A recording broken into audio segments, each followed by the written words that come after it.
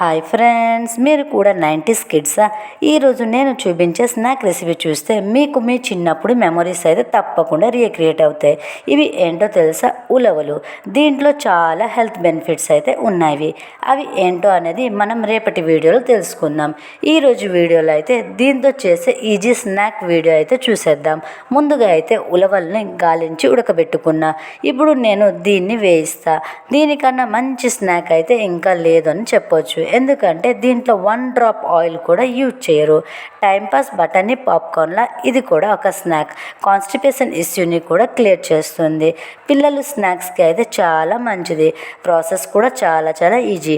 Just ఉలవలు కాసేపు ఉడికించి దాంట్లో కొంచెం సాల్ట్ వేసి ఒక ఇనుప మూకుడులో అది చిట్పట పడేలా రోస్ట్ చేసుకోవాలి. తర్వాత టేస్ట్కి సరిపడా సాల్ట్ని వాటర్లో కలిపి దాని మీద స్ప్రింకిల్ చేసుకోవాలి. ఇప్పుడు అయితే చాలా స్నాక్స్ ఉన్నాయి, లైక్ సమోసా, పునుగులు, గారి అని అలా. అప్పటి రోజుల్లో ఇవేమీ ఉండేవి కాదు. సో ఇలాంటి స్నాక్స్ అయితే పిల్లలకి ఇచ్చేవాళ్ళు.